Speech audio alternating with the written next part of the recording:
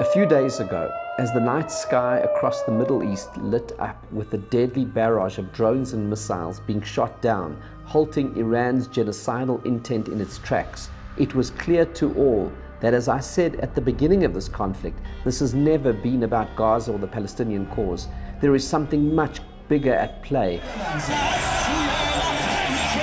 It is a war with Iran, a war of values, a great civilizational battle that touches on the essence of who we are. Pesach is our moment to discover clarity amidst the utter bewilderment and shock that we as Jews have experienced since October 7. It all seems so surreal, what we've been through over these more than 6 months. How is it possible that in response to Hamas's barbarism, there's actually been a massive surge in anti-Semitism globally for diaspora Jews, and Israel has been demonized, bizarrely dragged before the International Court of Justice on charges of genocide, while fighting a genocidal organization that uses its own citizens as human shields? How to explain the disproportionate global focus on Israel, a tiny country with a population of 10 million, smaller in area than the state of New Jersey and the Kruger National Park, the world's continuing obsession with Jews comprising 0.2% of the global population? No one should even have heard of us. And yet Israel has been the uninterrupted focus of the news cycle across the world for every day since October 7. None of this makes rational sense. It just seems incomprehensible. So what's really going on? The only way to truly understand all of this is to search for a new framework. The clue lies in Jewish history itself. When you try to apply any conventional paradigm or rational analysis to Jewish history, it simply does not fit. None of the tools and principles that historians have used to analyze the trends of history are useful when it comes to the Jewish people. For a start, we shouldn't even be here. We are the only one of the ancient nations still in existence, the only nation in recorded history to have survived mass exile, been scattered to every corner of the globe, and then regrouped and returned to our ancestral homeland. When a nation has been exiled, in a generation or two it disappears without trace, and yet here we are, intact, same land, same language, same values, same religion, same nation. There's the mystery of our survival. And then, of course, there's the great puzzle of anti-Semitism itself, its unrelenting persistence for centuries and its unique viciousness. There's no known theory of history or sociology that can explain all of what has happened to us.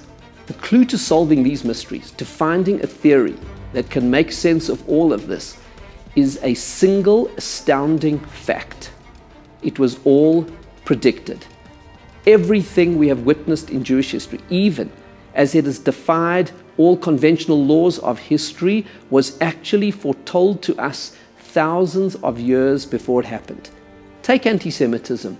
We all know the famous words of the Haggadah, V'hi she'amda.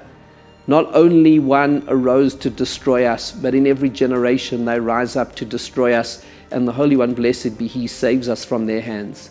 But did you know these words were recorded more than 2,500 years ago? And did you know that V'hi she'amda is rooted in a promise that God made to Abraham more than 3,800 years ago, as recorded in the book of Genesis, a covenant with Abraham and with us, his descendants?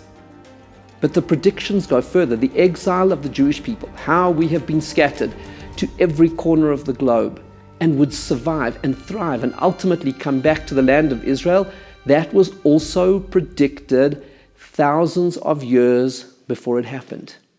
First, the exile. You I will scatter among the nations, leaving your country desolate and your cities in ruins. And then the promises of return. Then God will gather you in from all the nations.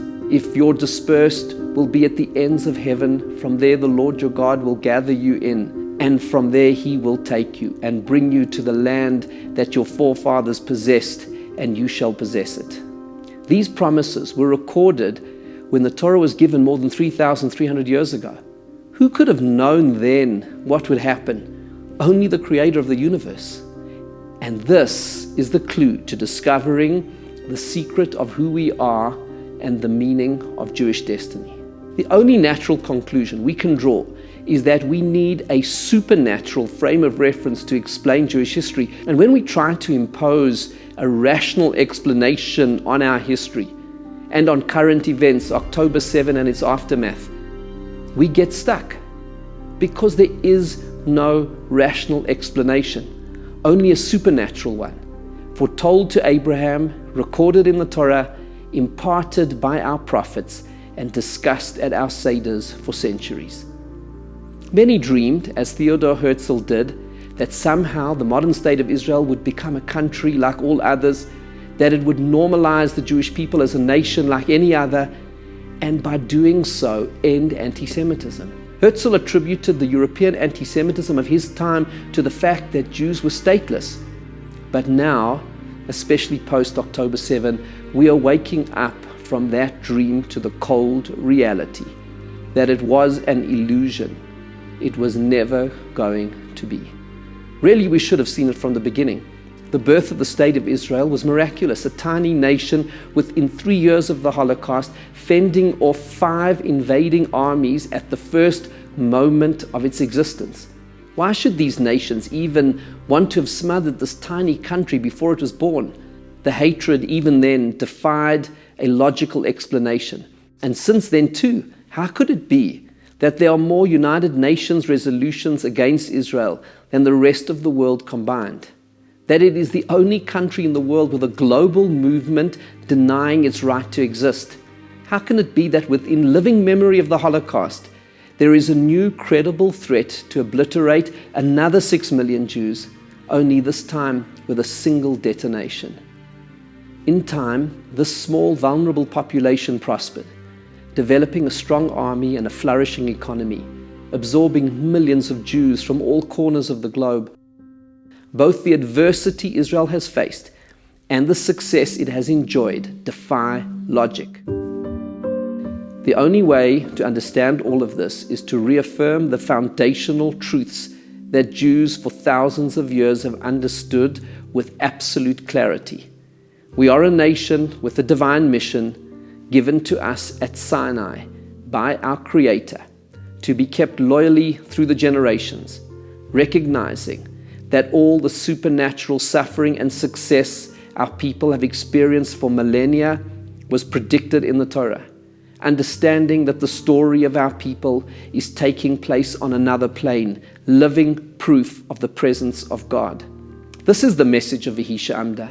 For generations, every Jew understood this. We accepted it not with resentment, but with a sense of privilege and of solemn responsibility to our divine mission. And at our Seder tables, we sang the somewhat discomforting words of Vihi She'amda with joy and pride, glasses raised in defiance and with clarity of purpose. Now more than ever, we need to see Israel's enemies for what they are. We need to know who we are, embrace, not resist, the uniqueness of the state of Israel and our Jewish identity. We need to realize that if we want to truly understand the divine gift of the land and our modern state, we have to see it as part of our divine mission. This understanding is critical to the national security of the state of Israel. After the hope that the wars would finally come to an end has now been shattered, how does a new generation of Israelis summons the resolve to continue? Surely after 75 years, we shouldn't still be fighting for survival? Is Israel worth fighting for? The new generation of diaspora Jews are asking themselves these same questions. What does it mean to be a Jew? Is it worth the pain and danger? This new generation also wonders why so many hate us. On campuses throughout North America and the world, many young Jews are bewildered at the hatred they thought they would never see. With anti-Semitism and the Holocaust darkening their Jewish consciousness, they are faced with a sense of incredulity and also the real option of seeking a way out of all of this by exiting our people. Young Jews in Israel and the diaspora will blame themselves, losing confidence in the legitimacy and justice of the cause of the Jewish state, eventually losing the will to defend it. The answers to all these existential questions can be found at the Pesach Seder.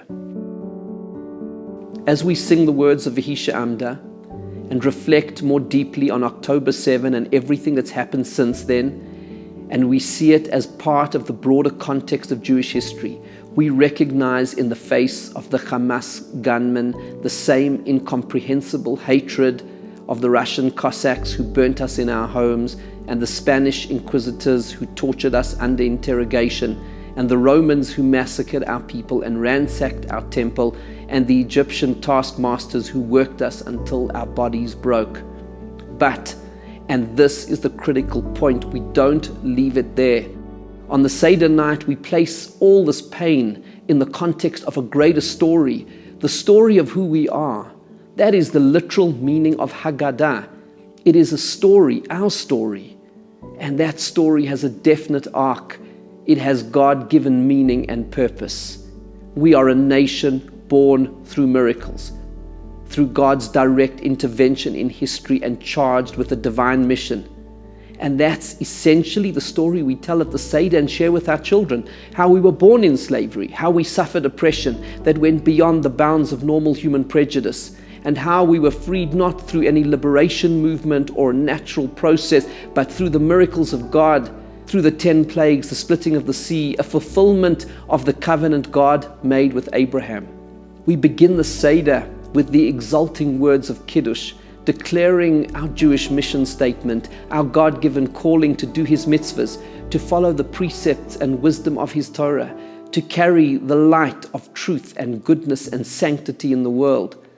And we end the Seder with the soul-stirring words of Nishmat Kol Chai, a beautiful prayer evoking the ultimate redemption of all of humanity, a world illuminated by the divine light of peace and holiness.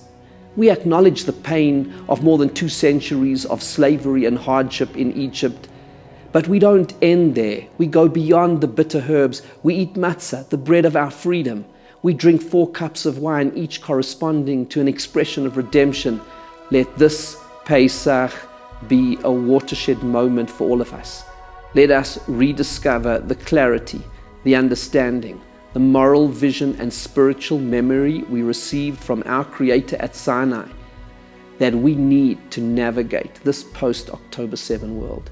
Let us hand these truths on to our children so that they will care about the Jewish people and our divine mission and destiny and want to be part of it, enough to want to defend it and to live it through their values and to hand it on to their children to do the same. May Hashem bless us all, that this Pesach, the time of miracles and redemption, brings us the ultimate redemption, when the Lord God will wipe away tears from all faces and remove the reproach from His people, the time when freedom and peace will reign across the world.